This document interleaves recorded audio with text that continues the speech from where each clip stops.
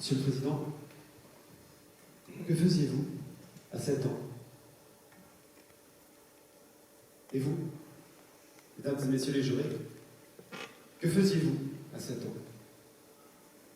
Où étiez-vous? À quoi jouiez-vous? De quoi rêviez-vous? Anaïs avait 7 ans quand un adulte la trahit. Vous étiez peut-être en train de rire, jouer à la balle aux prisonniers, compter les jours avant le carnaval, de saliver devant un sorbet. Le problème majeur de votre vie était de choisir entre caramel et pistache, ou à la rigueur, la conjugaison de ces foutus verbes du troisième groupe. Quand l'insouciance s'est évanouie, quand on lui a gâché sa vie, Anaïs aussi avait 7 ans. Et au fond, elle aura 7 ans pour toujours.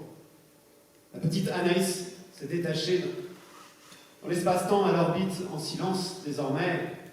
La femme qu'elle serait devenue sans tout ça, c'est simple, elle ne la connaîtra jamais.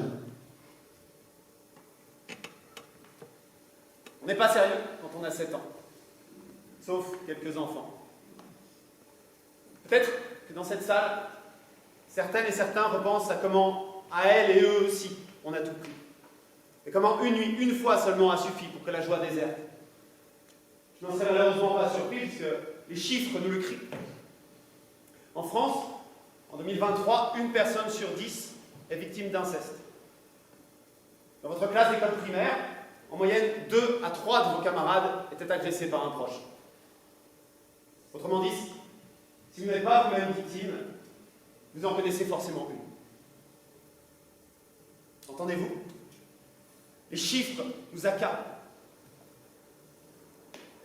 Ils ne mouraient pas tous, mais tous étaient frappés. Ce verre, aujourd'hui, nous éclate au visage. Les victimes d'inceste n'en meurent pas toutes, mais tous sont frappés. Ouais, nous sommes toutes et tous frappés. L'inceste est un crime de masse. La pédocriminalité est un crime de masse. Se pratique nuit et jour et en tout lieu, les maisons, les écoles, les clubs de sport, les conservatoires, partout, et dans la plus parfaite impunité.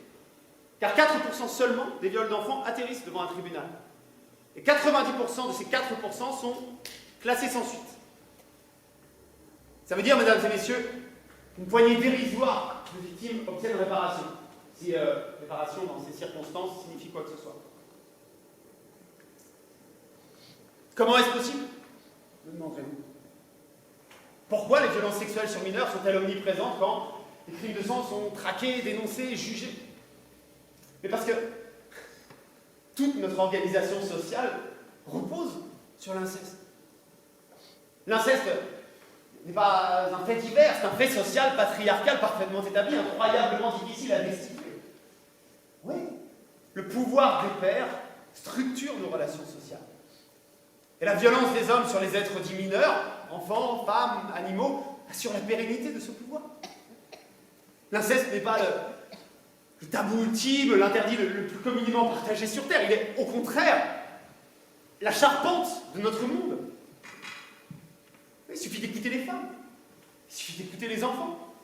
Il suffit aussi parfois d'écouter La Fontaine. La raison du plus fort est toujours la meilleure. La Fontaine a raison, encore de nos jours. Mais bien sûr qu'elle est vivace. Cette culture de la domination qui fait des hommes les maîtres, possesseurs des corps gravitant autour d'eux. Bien sûr que dans nos sociétés, les patriarches sont des soleils à qui le reste du ciel appartient. 96% des agresseurs sont des hommes. Non pas parce que leur ADN les y prédestine, mais parce qu'à tout niveau, dans le développement d'un enfant, plus ou moins consciemment, on apprend aux garçons que la voie royale pour eux de l'expression, c'est la prédation. Mais alors, vous étonnerez-vous, pourquoi ne le sait-on pas plus? Pourquoi on ne crie pas sur tous les toits? Alors si, justement, on le crie actuellement. Et je veux saluer ici l'immense courage de ces femmes et ces hommes qui racontent en masse. Je veux célébrer la déferlante des témoignages MeToo inceste, faire le vœu que la marée salutaire ne redescende pas. En moyenne, il faut 16 ans à une victime d'inceste pour parler. À Anaïs, il en aura fallu 20 années pour que les mots voyagent d'elle à vous, qui vous trouvez à 5 mètres d'elle à peine. C'est un parcours de combattante. Elle a dû affronter ses propres blancs, oui, mais aussi, surtout, pour fendre le silence de celles et ceux qui n'ont pas écouté, qui n'ont pas compris, ou pire, pas voulu comprendre, ou pire, compris mais rien voulu faire. Et c'est le second crime que les enfants subissent, peut-être le plus destructeur. Le silence, c'est les autres.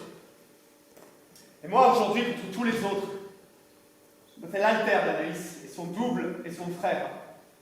Ma fonction le commande, je suis son avocat. Je suis étymologiquement celui qu'on appelle au secours, prends mes mots, et sois ma voix, je suis littéralement le porte-voix d'Anaïs. Et je jure devant cette assemblée, je jure devant vous, jurez, et avec tout le respect que je vous dois, Monsieur le Président, je jure que je continuerai ce combat. Je continuerai d'être ce chevalier dont la verve sert de glaive. Je continuerai la guerre contre les méchants tant qu'on n'aura pas crevé le silence et qu'on ne lui aura pas rendu justice à Anaïs. Faut-il que je me la classe?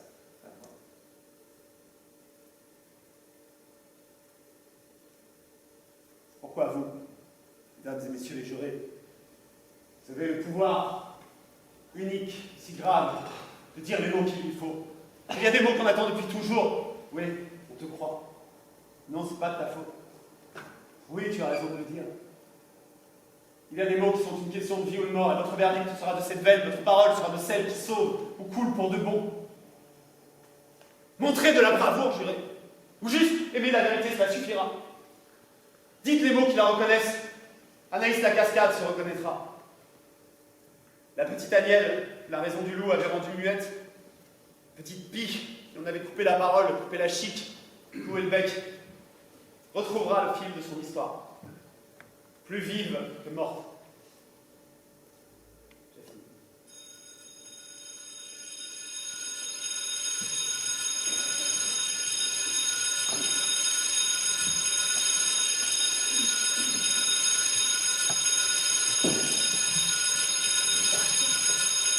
Mesdames et messieurs, la cour.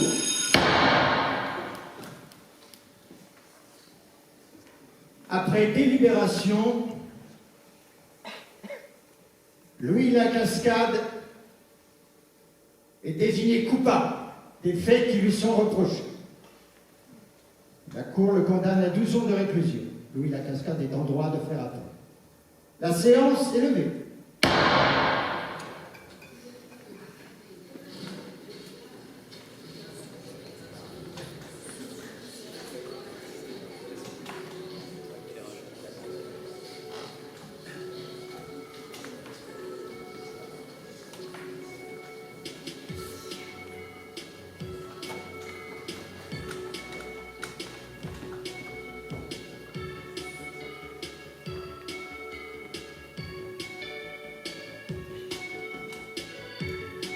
Qu'est-ce que vous allez faire maintenant? Vous avez des projets?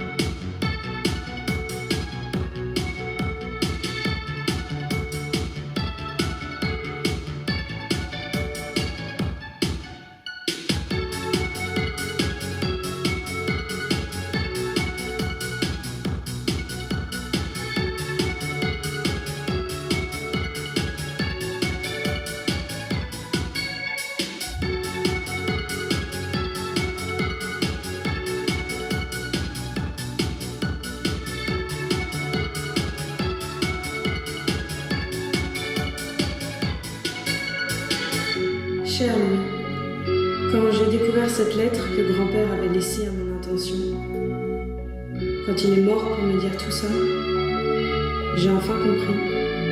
D'un coup, le monde était limpide. Mon grand-père disparu, la clarté revenue et les mots retrouvés. Alors au fond de l'eau, j'ai tapé du pied. Je suis remontée. C'était difficile, il y avait du courant. Et contre les forces contraires, j'ai nagé. Dans l'eau noire, mes écailles brillaient comme une armure. Jusqu'à la surface, j'ai nagé. J'ai traversé le temps. Et là, sur le rivage de mes 7 ans, encore échoué, un peu ensablé, Elle était là, toujours pure comme le cristal.